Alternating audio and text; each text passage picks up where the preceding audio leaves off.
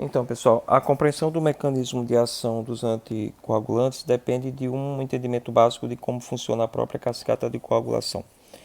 Então, a cascata de coagulação é descrita classicamente como uma via de três componentes, né? O primeiro componente é a chamada via comum da cascata de coagulação. O segundo componente é a chamada via extrínseca da cascata de coagulação. E o terceiro componente é a via intrínseca da cascata de coagulação. Então vamos ver cada um desses componentes, a começar pela via comum da cascata de coagulação. Então a via comum da cascata de coagulação ela tem seu início na ativação do fator 10.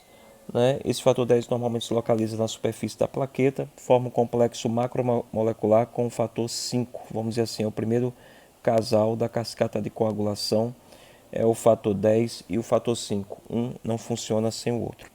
Então, esse complexo recebe o nome de protrombinase e tem, portanto, a capacidade de converter protrombina, o fator 2, em fator 2 ativado ou trombina, tá certo? Então, essa é a primeira coisa. E, por sua vez, a trombina tem a capacidade de formar, que é o objetivo da cascata de coagulação, de formar fibrina a partir do fibrinogênio, ou seja, tem a capacidade de formar o fator 1 ativado a partir do fator 1.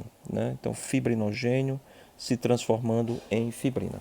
Então, essa é a via comum da cascata de coagulação. Então, fator 10, que ativa o fator 2, que ativa o fator 1. Fator 10, que ativa o fator 2, que ativa o fator 1.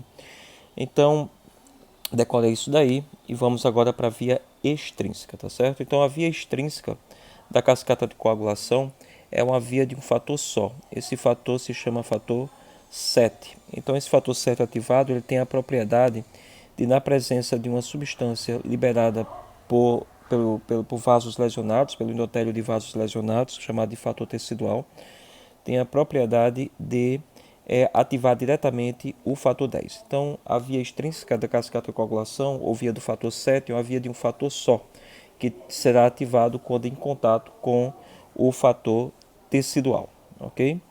Então, vamos apagar aqui a via extrínseca e vamos passar agora para a via intrínseca. A via intrínseca, por sua vez, já é uma via um pouco maior. Ela começa a partir de um fator chamado fator 12, que tem a propriedade de se tornar ativado quando em contato com superfícies de carga elétrica negativa, como colágeno subendotelial. O fator 12, por sua vez, ele tem a propriedade de ativar diretamente o fator 11. O fator 11, por sua vez, vai ativar o fator 9, que na presença do fator 8 forma aqui um outro casal da cascata de coagulação, né? Fator 9 e fator 8.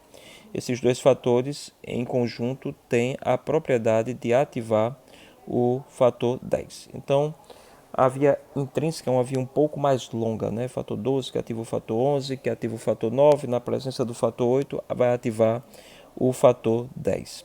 Pois muito bem, então sabendo disso, né, a gente pode lembrar que é o seguinte, os principais anticoagulantes eles agem onde? Eles agem basicamente em fatores da via comum da cascata de coagulação, basicamente o fator 10 e o fator 2. Então, por exemplo, são anticoagulantes que agem aqui no fator 10 ativado. Né? Então, apixaban, rivaroxaban, enoxaparina, fondaparinux. Observe que todas essas drogas, essas substâncias, possuem um X na sua palavra, né? Na palavra que a denomina. Por sua vez, os anticoagulantes que agem no fator 2, né? Basicamente, dos novos anticoagulantes, a dabigatrana, veja que esse bi aí não está à toa, dabi, do fator 2, tá certo? Dabigatrana.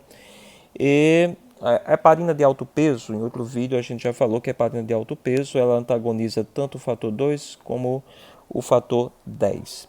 Então, os principais anticoagulantes agem em fatores ativados na via comum da cascata de coagulação. Então, era isso. Até mais.